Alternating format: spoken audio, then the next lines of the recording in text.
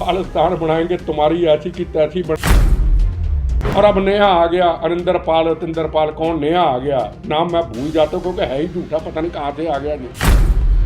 बनते हो बब्बर शेर, दूसरे दिन कृपाने निकाल के खालिस्तान बनाएंगे, जाओ ना। तो अब यहाँ आके ये गर्म भाषण दे के नौजवानों को बंदूक कहता मैं संविधान को नहीं मानता। संविधान को नहीं मानता तो दुबई तो यहाँ क्या करने आया। पंजाब के नौजवानों को भड़का करके 15 साल माओ के लाल मरवाना चाहते हो आप। अब सिख कौम के रखवाले बनते हो। अगर मैं चैलेंज करता हूँ, अगर सिख कौम का तू रखवाला जा पाकिस्तान, ओ तेरे गुरु का, हमारे गुरु का अपमान हुआ है। पहले माओ के लाल आपने गर्म भाषण दे करके हाथ में बंदूकें पकड़ा करके माओ के लाल मरवा दिए आपने। जब आतंकवाद आया 36,000 बेगुनाहों के कत्लेआम हुए, 19,000 हिंदू भाई शहीद कर दिए। क्या किसी के हाथ में बंदूक थी? क्या किसी के हाथ में रिवाल्वर? क्या कृपान थी? निहत्थे लोगों को मार दिया। लोग कहते कोई बात नहीं, पंजाब को तरक्की के रास्ते पे हम लेके जाते हैं।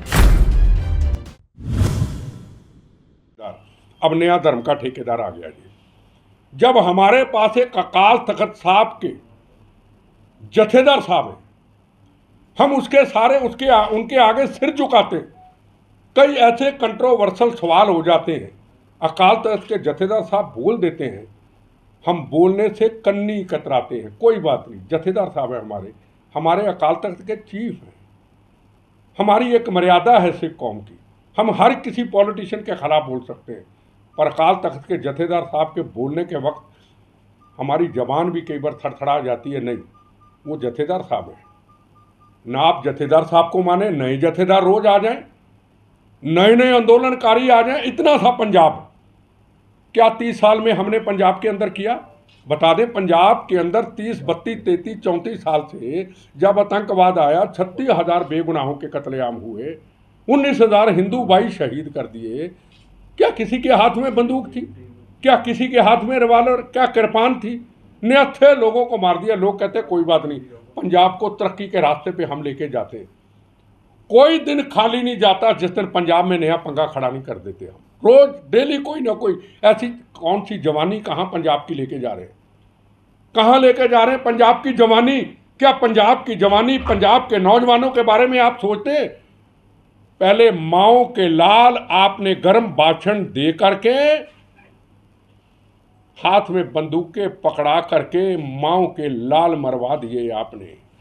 और आपको विदेशों से फंडिंग अभी भी आती है। आप नेतागिरी करते हैं, कनाडा से फंडिंग, पाकिस्तान से फंडिंग, जर्मनी से फंडिंग, कनाडा से फंडिंग। अब पंजाब के लाल माओ के मरवा दिए। उम्र कितनी? 15 साल, 16 साल, 18 साल। एक घर के 2-2 बच्चे मरते हुए देखे हैं। और अब नया आ गया अरिंदर पाल कौन नया आ गया, नाम मैं भूल जाता हूँ क्योंकि है ही झूठा, पता नहीं कहाँ से आ गया जी। हैं? और अब यहाँ आके ये गर्म भाषण दे के नौजवानों को बंदूक कहता मैं संविधान को नहीं मानता। संविधान को नहीं मानता तो दुबई तो यहाँ क्या करने आया। और सिख कौम को खतरा किससे है? पहले ये तो बता दें, सिख कौम को खतरा किससे है? बोलने को कोई पॉलिटिशियन तैयार नहीं, सब कुर्सी सत्ता की दौड़ में भाग रहे हैं। कौम का कितना बड़ा नुकसान हो रहा है, पंजाब का कितना बड़ा नुकसान हो रहा है। आज पंजाब कहाँ इनके भाषणों ने पहुंचा दिया। अब तुम आकर के पंजाब के नौजवानों को भड़का करके 15 साल माओ के लाल मरवाना चाहते हो आप सिख कौम के रखवाले बनते हो। अगर मैं चैलेंज करता हूँ, अगर सिख कौम का तू रखवाला जा पाकिस्तान, ओ तेरे गुरु का, हमारे गुरु का अपमान हुआ है। ननकाना साहब, जहाँ के सिक्खी की शुरुआत हुई, वो ननकाना साहब, जहाँ हिंदू मुसलमान सिख ईसाई नमस्तक करता है, उसका अपमान करे जाता। कुछ सवाल ही नहीं पंजाब के अंदर उस चीज का, कोई मुद्दा ही नहीं। इनके अपने, हर व्यक्ति के अपने अपने मुद्दे हैं। बंदी सिख छोड़ दो, हमारे साथ जेल ज्यादती होगी। अरे जब गुरु का अपमान होगा, गुरु के अपमान के ऊपर सारी सिख संगठन चुप के हुए। मैं सवाल पूछना चाहता हूं सबसे, मैं तो एक पापी गुनाहगार सिख हूं, मेरे अंदर एक जज्बा है कि अगर गुरु नानक देव जी महाराज के स्थान का अपमान हो जाता है, कभी काफिर कर देता है, कभी ग्रंथ साहब की बेटी को किडनैप कर देते हैं, तो आप चुप क्यों हैं? मैं अगर ठीक होता, मैं चलने के लायक होता, मेरे शरीर के टुकड़े किए हैं, कोई दिक्कत नहीं, या फूलों की तरह दर्दें लगती हैं। मुझे पता है अब भी मैं आपके निशाने पे हूँ। जब मरूंगा पूरी दुनिया में शहीद कहलाऊंगा। आप चंद लोग मुझे गाली देंगे, देश के लिए कौम के लिए मरूंगा मैं। लुच्चे सौदे के खिलाफ मैंने गोलियां नहीं चलाई थी, जवान को AK-47 बना करके सिरसा के अंदर इसके चने चबाए थे। हिम्मत नहीं होती थी लुच्चे सौदे की मेरे खिलाफ मेरे सामने बहस करने की। कौन है आपके प्रचारक? एक डडरियां वाला साहब प्रचारक संत समाज के, सिरसा में जाकर के कई लोगों को अमृत छकाया था और लाखों की भीड़ इकट्ठी की थी। उनको भी बुरा भला कहते हैं। ਇਹਨਾਂ ਨੂੰ ਫਾਂਸੀ ਦੀ ਸਜ਼ਾ ਹੋਈ ਸੀ, ਜਿਹੜੀ ਸਜ਼ਾ ਚੇਂਜ ਹੋਈ, ਕਿਆ ਇਹਨਾਂ ਨੂੰ ਫਾਂਸੀ ਦਿੱਤੀ ਜਾਣੀ ਚਾਹੀਦੀ ਕਿ ਨਹੀਂ ਦਿੱਤੀ ਜਾਣੀ ਚਾਹੀਦੀ? देखो मैं ਇਹਨਾਂ ਦੇ ਕਹਿਣ ਦੇ ਮੁਤਾਬਿਕ ਇਹ ਸਜ਼ਾ ਪੂਰੀਆਂ ਕਰ ਚੁੱਕੇ ਨੇ, ਇਹਨਾਂ ਨੂੰ ਛੱਡ ਦੇਣਾ ਚਾਹੀਦਾ ਹੈ। ਇਹਨਾਂ ਨੂੰ ਛੱਡਣਾ ਚਾਹੀਦਾ। जो मैं एक आपसे सवाल पूछता हूँ, जो 36,000 लोग शहीद हुए वो कौन थे? क्या वो पाकिस्तान से आए थे? क्या उन्होंने किसी को मारा था? 19,000 हमारे हिंदू भाइयों का कत्लेआम हुआ, बाकी सेकुलर सिख पुलिस के जवान शहीद हुए। क्या वो पंजाब के नहीं थे? क्या भारत के नहीं थे? सिख कौम का मतलब क्या है? मानवता की रक्षा। गुरु तेग बहादुर जी हिंद की चादर क्यों शहादत दी? मजलूमों के लिए, हिंदू के लिए भी, मुसलमान के लिए भी, सिख के लिए भी, ईसाई के लिए भी। भाई गनैया जी कौन थे? गुरु गोविंद सिंह जी की फौजों के सेवक कौन थे? जो जख्मी हो जाता था ना दुश्मन मुसलमान, उसको मलहम पट्टी करते थे। गुरु गोविंद सिंह महाराज को शिकायत होती, सवाल पूछा जाता उसे, तो मुझे हर मजलूम के अंदर गुरु गोविंद सिंह नजर आते हैं। ये सिख कौम का इतिहास था। हमने तो हिंदू समाज के लोगों को मार दिया। हिंदू समाज ने क्या बिगाड़ा था? 36,000 लोगों को आपने मार दिया, घरों के घर तबाह कर दिए, गांव के गांव आपने खाली करा दिए। क्या कोई बोला? उनकी कोई बात करने वाला नहीं। क्या पंजाब के जो बाहर सिख है वो सिख नहीं है? क्या जब करोड़ों अरबों का कारोबार करते हैं, ट्रांसपोर्ट, फैक्ट्रियां बड़ी बड़ी, क्या वो सिख नजर नहीं आते? जब आप ऐसी हरकतें यहाँ पे करते हैं, क्या इसका असर बाहर के सिख भाइयों के ऊपर नहीं पड़ेगा? कितना बड़ा नाम बनाया उन्होंने। हमें धर्म के प्रचारकों को आगे आने की जरूरत है। अतिंदर पाल सिंह जी संत समाज के, डडरियां वाला साहब जिनको रोज ये बुरा भला कहते हैं, वो एक योद्धा डडरियां वाला साहब जिसने लुच्चे सौदे के चने चबा दिए थे। लाखों का सिख संगत का इकट्ठ किया था। जब हम गए थे हमारे साथ तो 200, 400, 500, 1000 आदमी होगा, लाखों का इकट्ठ किया था और अमृत छकाया था। और जितना भी पेप्सू का एरिया, बठिंडा, मानसा, बुंडलांडा, मुक्तसर, वहाँ उन्होंने बार बार धर्म प्रचार किया, बार बार लुच्चे सौदे को करने के लिए। क्या लुच्चे सौदे के खिलाफ आज को पॉलिटिकल पार्टी बोलती है? क्योंकि वोट बैंक है, इसलिए लुच्चे सौदे के खिलाफ नहीं बोलते। या डडरिया साहब बोले या हम बोले, हमें सेवा दी, हम बोले, हम उसके चढ़े चबाए। आज फिर वो बाहर आ गया, क्यों चुप है? लुच्चा सौदा बाहर आ गया, चुप क्यों है? चाहे वो हरियाणा कमेटी हरियाणा की हो, चाहे पंजाब के ये अमृतपाल जैसे और कई लोग हैं। लुच्चा सौदा जिसने कलगीधर महाराज को बचाएं। मैं अपने समाज के लोगों को कहना चाहता हूं, पंजाब के लोगों को कहना चाहता हूं, हम पंजाब की जवानी को बचाएं। पाकिस्तान से पूरी कोशिश है, हो चुकी है, कामयाब हो चुका है। पंजाब की जवानी आज नशों में दस चुकी है। हमारे राजनीतिक लोगों की गलतियों से, चंद धर्म के ठेकेदार लोगों की गलतियों से। हम भाषण तो देते हैं पंजाब की जवानी को ठीक करेंगे, हम नशे को ख़त्म करेंगे, नहीं को ठीक कर पाया। हमें आज यह सोचना होगा, सब समुदाय के लोगों को सोचना होगा। पंजाब के अंदर, हिंदुस्तान के अंदर ये गैंगस्टर कब आए, ये नशेड़ीपन कब से शुरू हुआ? पंजाब की जवानी को बर्बाद करने के लिए पहले बम्बो गोलियों ने पंजाब की जवानी बर्बाद कर दी। माओ के लालों के हाथ में बंदूकें पकड़ा करके उनकी जिंदगियां बर्बाद कर दी। और बाद में जो बच्चे थे, माँ बाप ने 2-2 एकड़ 3-3 एकड़ जमीनें बेच करके अपने बच्चों को विदेशों में भेज दिया। माँ बाप दुनिया से चले जाते, बच्चे आखिरी सांस भी माँ के बाप के पास नहीं आ पाते। इसका जिम्मेदार कौन है? क्या पाकिस्तान है? पाकिस्तान बाद में जिम्मेदार है, पहले हम जिम्मेदार है। पॉलिटिशियन मेरी तरह छोड़े, या पॉलिटिशियन राजनीति को छोड़े और खुल के बोले मेरी तरह, ला पंजाब ठीक होगा कि नहीं होगा? कोई बोलने को तैयार नहीं।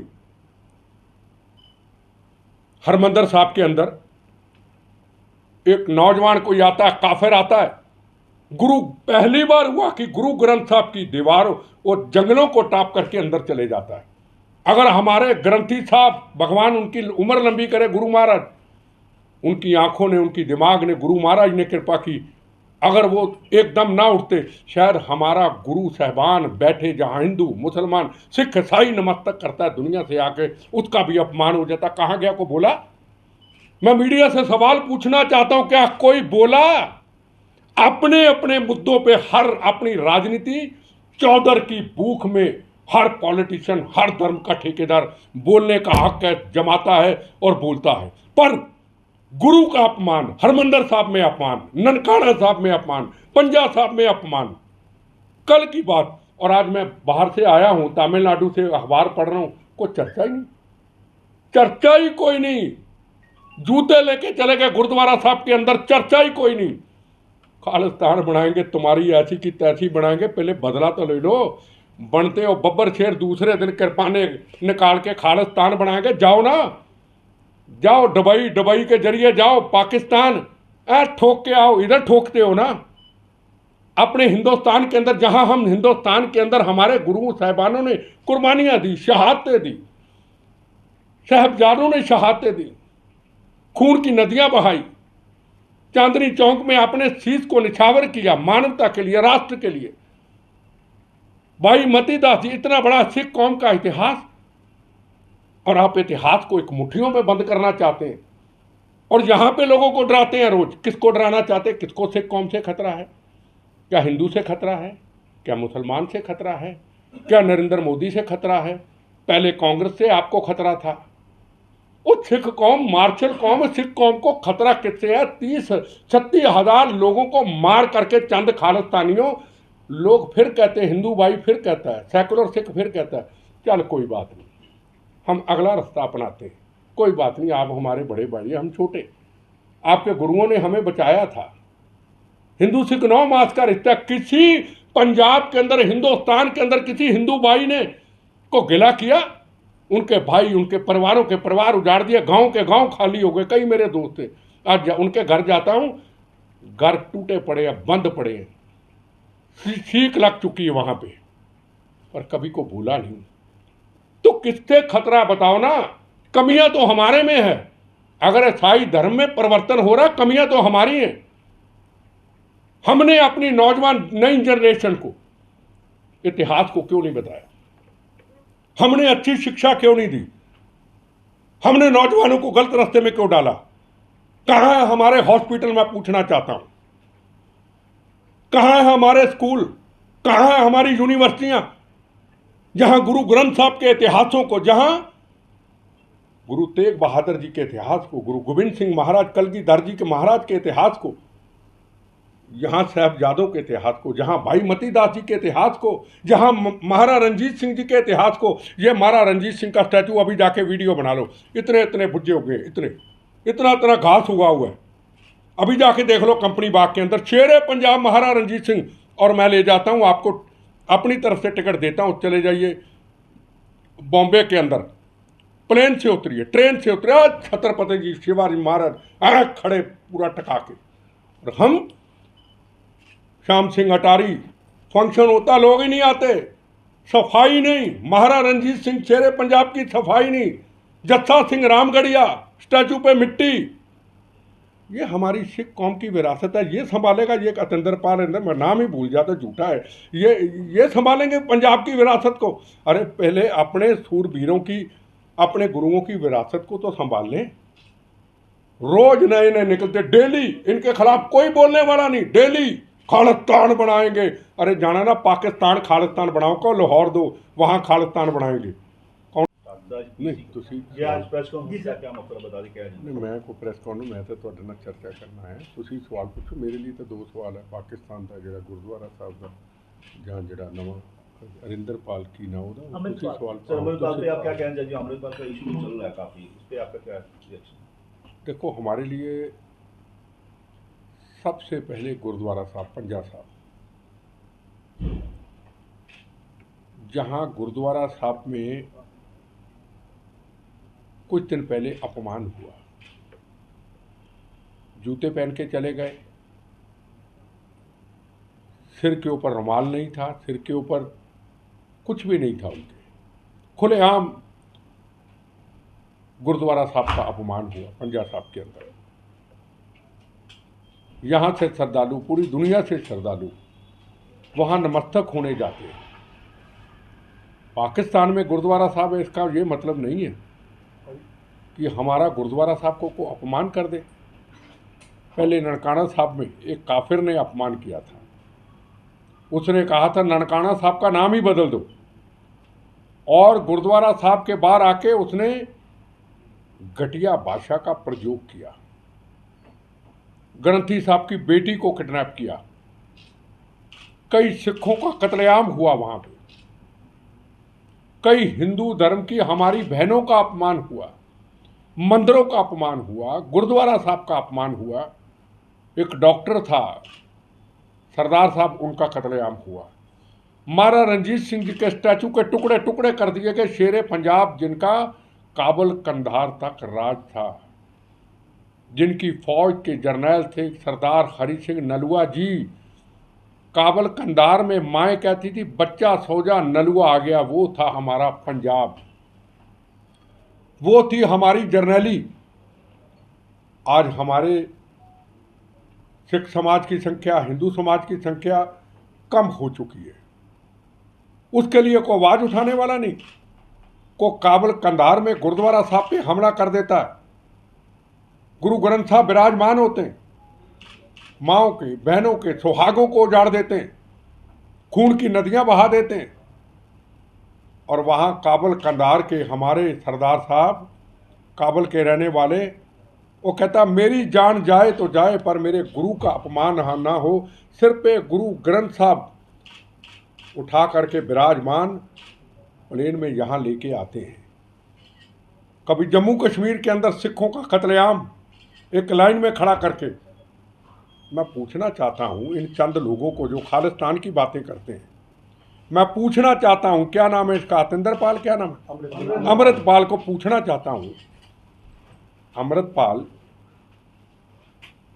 तू बहुत गुरु महाराज को मानने वाला है ना, दुबई से आया है ना, कनाडा से आया है ना, जब वहां पे पाकिस्तान में अगर सिक्खी स्वरूप का इतना तुम्हें ख्याल है, अगर नार्को टेररिज्म की पंजाब के नौजवान नशों में जा रहे हैं, तो जा पाकिस्तान, जिसने महाराजा रणजीत सिंह के स्टैचू के टुकड़े टुकड़े किए, जिन्होंने अभी गुरु ग्रंथ साहब विराजमान पंजा साहब के अंदर जूते लेके अंदर चले गए फिल्म की शूटिंग करने बगैर परमिशन के, और उसके बाद गुरुद्वारा प्रबंधक कमेटी के अधिकारियों के ऊपर कंप्लेंट करवाई गई। इतना बड़ा अपमान, ग्रंथी साहब की बेटी को किडनैप किया। वो कहाँ बैठे वहाँ खालिस्तानियों, आप तो खालिस्तानी है ही नहीं, आप तो खालिस है ही नहीं, आपकी वो पगड़ी और दाढ़ी है, और है आप पाकिस्तान के एजेंट। रोज ड्रोन के जरिए हथियार पंजाब में भेजें, रोज ड्रोन के जरिए नार्को टेररिज्म फैलाएं, रोज ड्रोन के जरिए पाकिस्तान के इशारों पे हमारी नई जनरेशन को तबाह करें। करोड़ों की हीरोइन आए जो पूरी हिंदुस्तान की जनरेशन को तबाह करे, और कहते हैं खालिस्तान बनाएंगे। आप खालिस्तानी है ही नहीं, खालिस है ही नहीं। अगर आपके मन के अंदर गुरु के प्रति थोड़ा सा भी प्यार होता,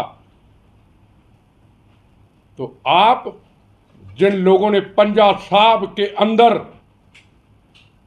जूते लेके चले गए, नंगे सिर चले गए, सिर पे कपड़ा नहीं, उनकी जेब में तंबाकू है, सिगरेट है, क्या है उसका हमें पता नहीं, जरूर होगा। इतना बड़ा अपमान, खालिस्तान बनाएंगे, पंजाब में हथियार भेजेंगे।